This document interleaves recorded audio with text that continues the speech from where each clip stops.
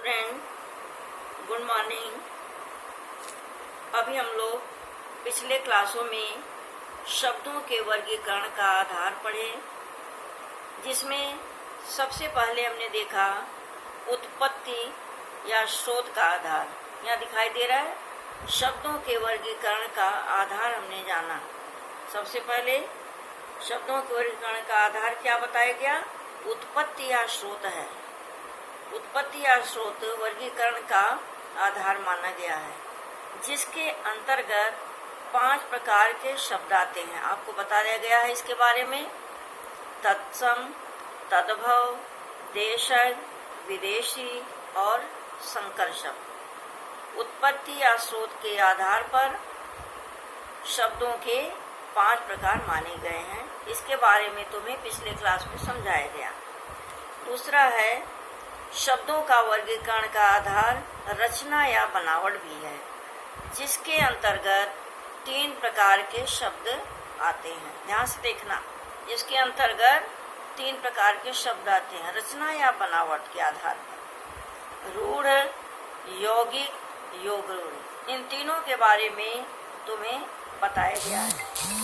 तीसरा, शब्दों के वर्गीकरण का आधार प्रयोग या व्याकरणिक प्रकार भी है, जिसके अंतर्गत 2 प्रकार के शब्द आते हैं, विकारी, अविकारी। इसके बारे में तुम्हें हमने समझाया। विकारी शब्द कौन से होते हैं? जिसमें परिवर्तन होता है। देखो ध्यान से बताया गया, संज्ञा, सर्वनाम, विशेषण और क्रिया, ये चारों प्रकार के जो शब्द होते हैं यह विकारी शब्द के अंतर्गत आते हैं। दूसरा है अविकारी शब्द। अविकारी शब्द क्या है? क्रिया विशेषण, संबंध बोधक, समुच्चय बोधक, विस्मयादि बोधक, इन सब के बारे में तुम्हें बताया गया है।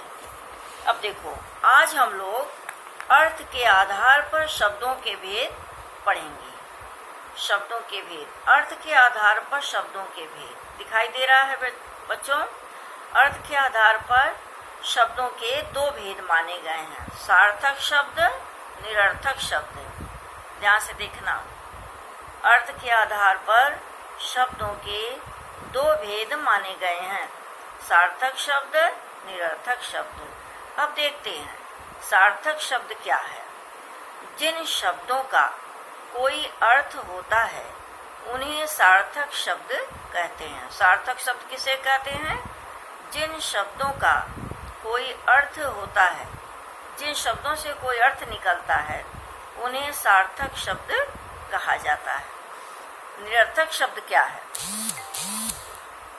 जिन शब्दों का कोई अर्थ नहीं निकलता, जिन शब्दों का कोई अर्थ नहीं निकलता है, उन्हें निरर्थक शब्द कहते हैं। जैसे एग्जाम्पल देखो, लिखा है चाय। चाय क्या है? सार्थक शब्द है। चाय के साथ वाय, जैसे कहते हैं ना, चाय वाय पिला दो, चाय वाय पिला दो, तो चाय तो सार्थक शब्द है, वाय क्या है? निरर्थक शब्द है। इसी तरह है पानी वानी लाओ, पानी वानी, पानी क्या है? सार्थक शब्द है, पानी सार्थक शब्द है, और वाणी क्या है? निरर्थक शब्द है। दिखाई दे रहा है, सार्थक शब्द है जिन शब्दों का कोई अर्थ होता है वे सार्थक शब्द कहलाते हैं। निरर्थक शब्द क्या है? जिनका कोई अर्थ नहीं होता। जैसा तुम देख रहे हो, चाय वाय, पानी वानी, खाना वाना, तो ये वाय, वाणी और वाना, ये तीनों शब्द जो हैं निरर्थक शब्द कहे जाते हैं, इनका कोई अर्थ नहीं निकलता। अब आगे देखो क्या बताया जा रहा है, सार्थक शब्दों के भेद। सार्थक व्याकरण की दृष्टि से सार्थक शब्दों के भेद बताए गए हैं। ध्यान से देखना, सार्थक शब्द के भेद: एकार्थी शब्द, अनेकार्थी शब्द, पर्यायवाची शब्द, विलोम या विपरीतार्थक शब्द। ध्यान से देखो, सार्थक शब्दों के भेद कितने हैं? एकार्थी शब्द है, अनेकार्थी शब्द है, पर्यायवाची, विलोम। हम देखते हैं एकार्थी शब्द क्या है। एकार्थी शब्द, ध्यान से देखना, एकार्थी शब्द क्या है? जिन शब्दों से एक ही अर्थ का बोध होता है। ध्यान से देखना बच्चों, जिन शब्दों से एक ही अर्थ का बोध होता है उन्हें एकार्थी शब्द कहते हैं। जैसे आभूषण, आभूषण का क्या अर्थ होगा? गहना। आभूषण का एक ही अर्थ होता है, वह है गहना। फिर है कथा। देखो कथा, कथा क्या है? कहानी। विद्यालय, राष्ट्रपति, दिखाई दे रहा है? जिन शब्दों से एक ही अर्थ निकले, तो आभूषण, कथा, विद्यालय, राष्ट्रपति, इनका एक ही अर्थ निकलेगा, दूसरा अर्थ इसका नहीं हो सकता। आगे देखिए, सामान्यतया पारिभाषिक या तकनीकी शब्द एकार्थी होते हैं। आया समझ में? पारिभाषिक शब्द भी और तकनीकी शब्द इसके अंतर्गत आते हैं, जिसका एक ही अर्थ निकलता है। इसके कारण इसको एकार्थी शब्द के अंतर्गत रखा गया। अब देखो आगे बढ़ते हैं। अनेकार्थी शब्द ये किसके अंतर्गत आ रहा है? सार्थक शब्द के अंतर्गत आ रहा है।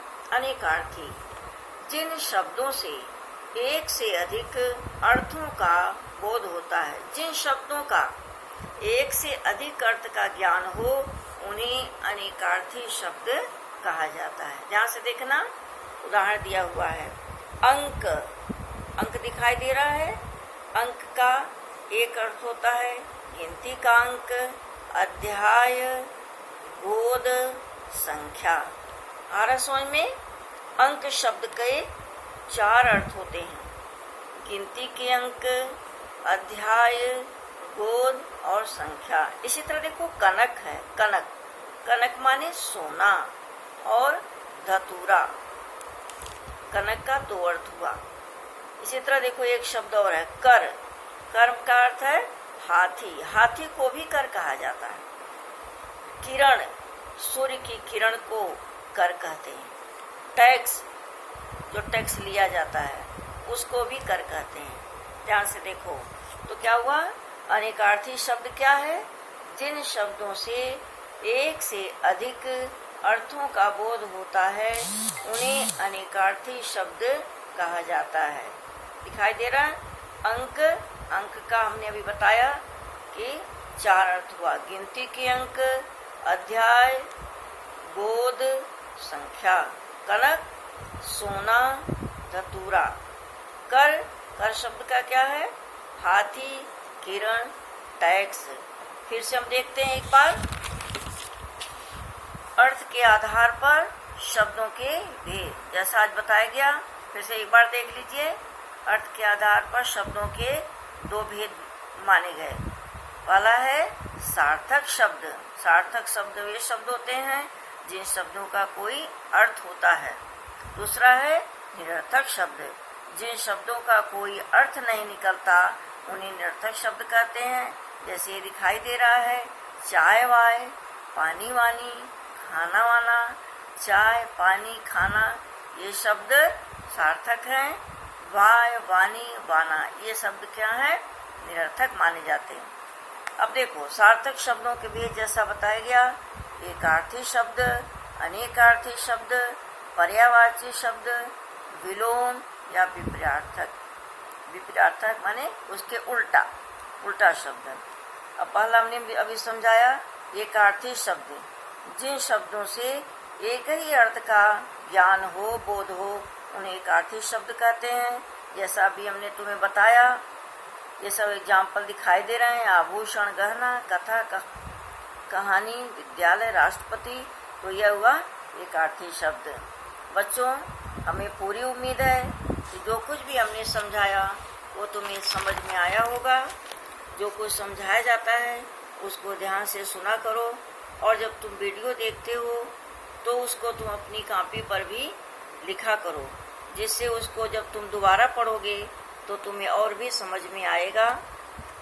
कल हम लोग नए टॉपिक के साथ फिर मिलेंगे। तब तक के लिए थैंक यू स्टूडेंट।